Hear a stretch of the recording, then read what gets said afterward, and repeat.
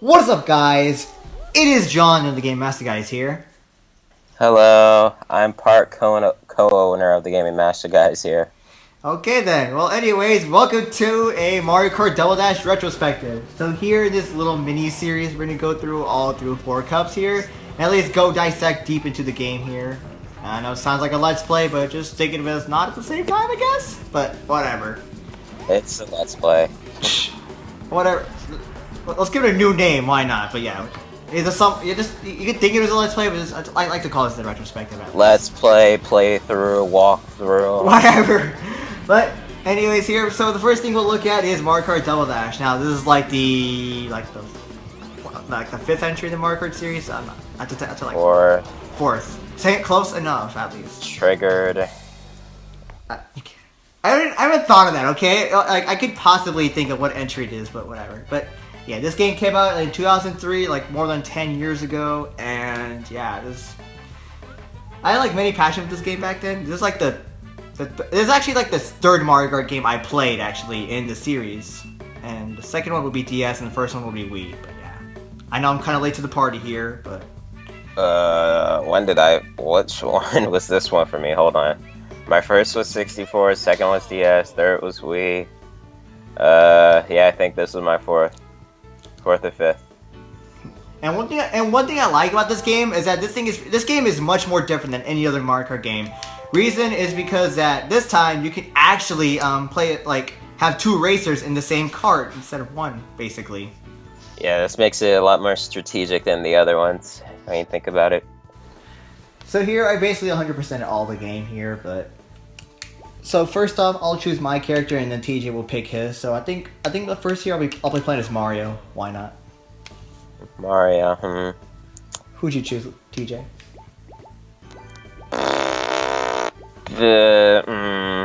I'm stuck between Toad and Baby Mario. A few moments later. I just picked Toad.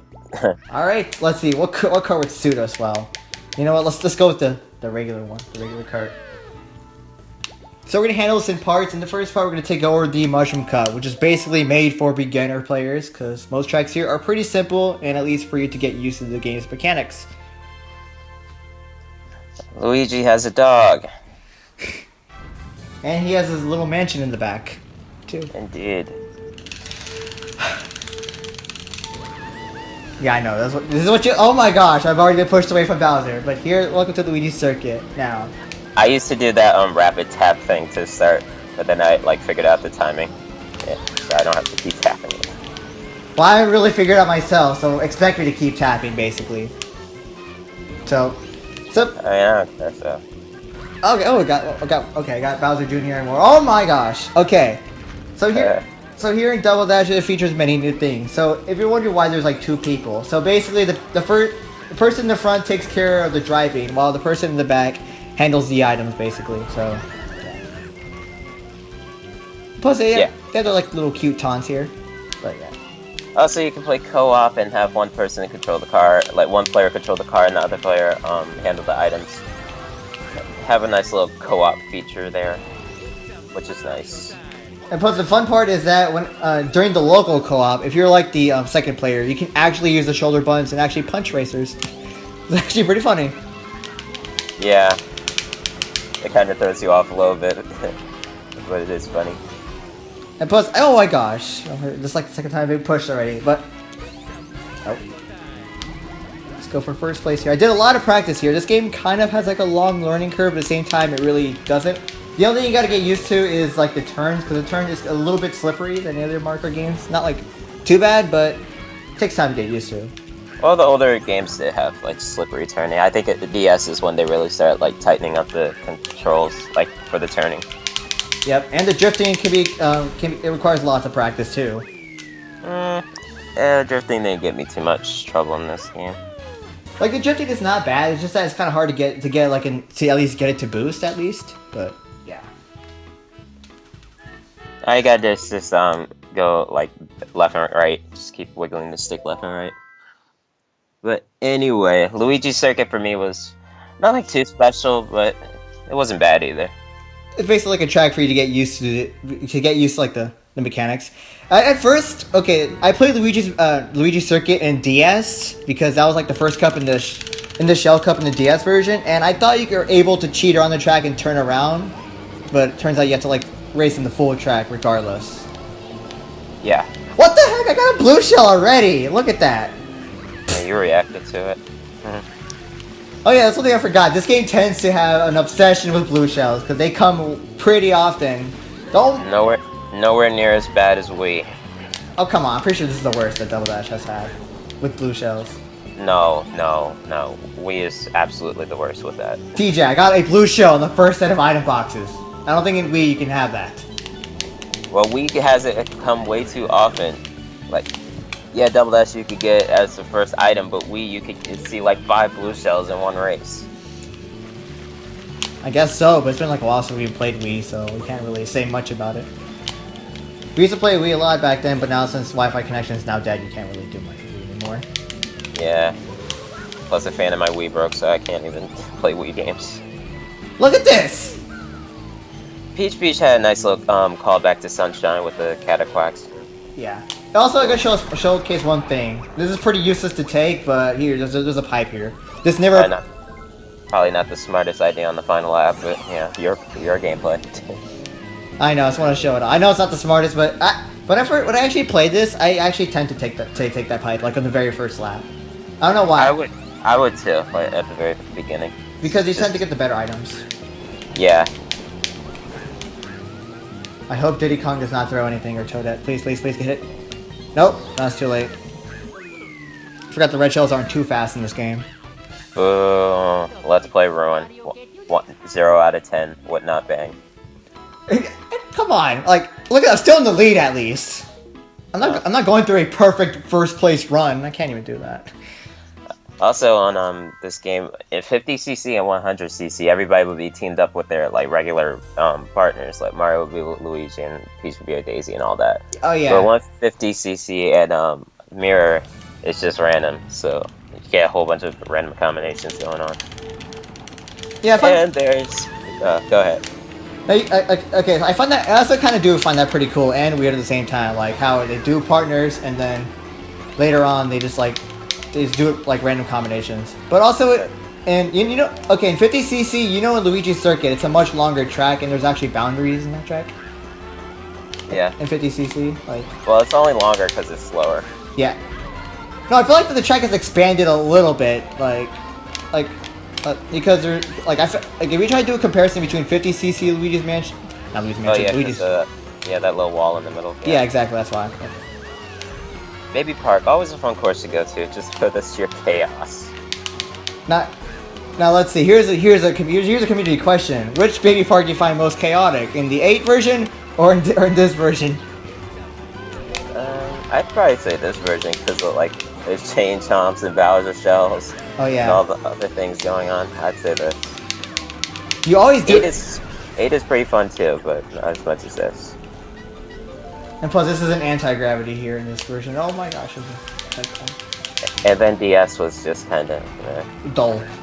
Yeah, compared to this anyway. To me in DS, it looked like an abandoned park because due to DS's limitations, there wasn't like many backgrounds or many excitement. It's just like an oval track with barely like any. Oh gosh, don't get. I don't know how that red shell disappeared, but I'll take it. But overall, even though Baby Park seems like a really small and simple track, don't think of it as simple. Trust me, it is freaking chaotic if you have a lot of items. And surprisingly, there was no blue shells either in this track. How surprising. I don't know how you have so much trouble blue shells in this game. For me, that's Mario Kart Wii. Like, for this Double Dash, I only run into blue shells maybe like once or twice per Grand Prix, I'd say. Actually, maybe, no, not even that much. I barely run into a blue shell. It would be like every once in a while. We would be like every single race. Well, I guess each person. Oh my! What an asshole! But excuse me there. But here now we reach to dry desert. Now, here in this track, there's one thing that's taken off in the 8 version, which they didn't. But I really miss the tornado. See, the tornado seemed like a nice thing to add. They took out the tornado, they took out the little piranha plant in the middle, and they added the little Oasis. In the 8 version. Yeah. I don't know. This wasn't really one of my favorite tracks. Not a big fan of this one. I found it decent. It was alright. And here, in the Double Dash version, you can actually take the sand here. Like, you may think it will slow you down, but it doesn't really slow you down that much. But if it's like if it's like a darker shade of sand, then it will slow you down. But here, you can just use this as an advantage to go through many objects. Yeah. And here's one thing I gotta mention about. Like, if you see me with an item with the word special on it and had like Mario's fireballs, basically what this game introduces is like the only Mario Kart game in the series. Actually, no, Super Mario Kart. But this here, Super Mario Kart had this, but that was only for computer players. But for here, it features special items, and basically special items, they're basically just items that are special, basically, and they're only like exclusive to certain characters. Like Mario, he has fireballs. Same with Luigi. And then if you guys ever wonder what Toad's special item was, well, it used to be a special item, but nowadays, actually no. But actually no, Mario Kart 64, it did have the golden mushroom. But Toad's special item was basically the golden mushroom. Oh, I actually fell for that. Wow. Yeah, it's actually pretty strategic too, because like maybe if you want a lot of like offense, you would pick Toad or maybe Baby Mario or something, so you could get like extra speed with the golden mushrooms and change humps. But if you like want more defense, you can pick the Koopa Troopas and maybe Bowser for like triple shells and Bowser shells. And you can mix and match the special moves so you could get some pretty good combinations and switch up your strategy a bit. That's one thing in that game. Oh please, yes, I did it. Okay, this is what I love to do sometimes. I'm not gonna lie, but yeah. Yeah. But that's what. And thus Mario and Toad were lost in the desert beyond. This is why I like doing this, because they turn around and they just don't know where they're going, basically. I love to do this a lot. But yeah, I do agree. In Double Dash, it does feature a lot of strategy here. And what you said, there are some offensive and defensive characters, and that's what I do like about it. Sadly, we didn't get to show much gameplay of Toad's Golden Mushroom. You basically have to be in the back in order to get that, which I never really had trouble being. So yeah. So let's head to the awards ceremony, shall we? That was quick. How long did that take? Let's see. My estimate's like 13 minutes, I guess, because we had to do some warm-ups first, or at least. That was short.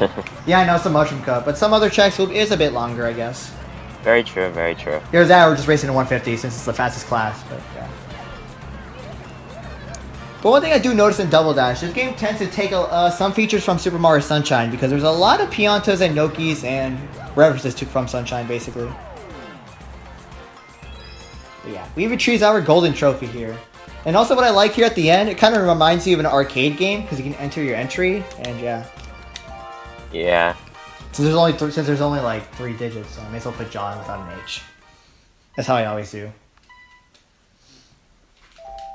But there's many memories I made with the game, man. I do tend to enjoy it. But I guess here in the next part we'll talk about some past experience with Double Dash. I know we talked quite a bit here, quite a few things here. But until the saving part came up, it actually reminded me of something. But I'll talk about that in the Flower Cup. So anyways, thanks for guys for watching for the Mario Kart Double Dash Retrospective. In the next part, we'll take over the Flower Cup. And yeah, overall Mushroom Cup, it has some really nice tracks. And just for you to get used to the setting of how Double Dash will be like, basically. What are your thoughts of the Mushroom Cup in Double Dash? Pretty good. Pretty simple way to start. I do agree. Yeah. Alright guys, thanks for watching. I hope you enjoyed this video. Feel free to leave a comment, like, and subscribe for some more Double Dash content and other things here too. See you guys in the Flower Cup. Adios. Bye.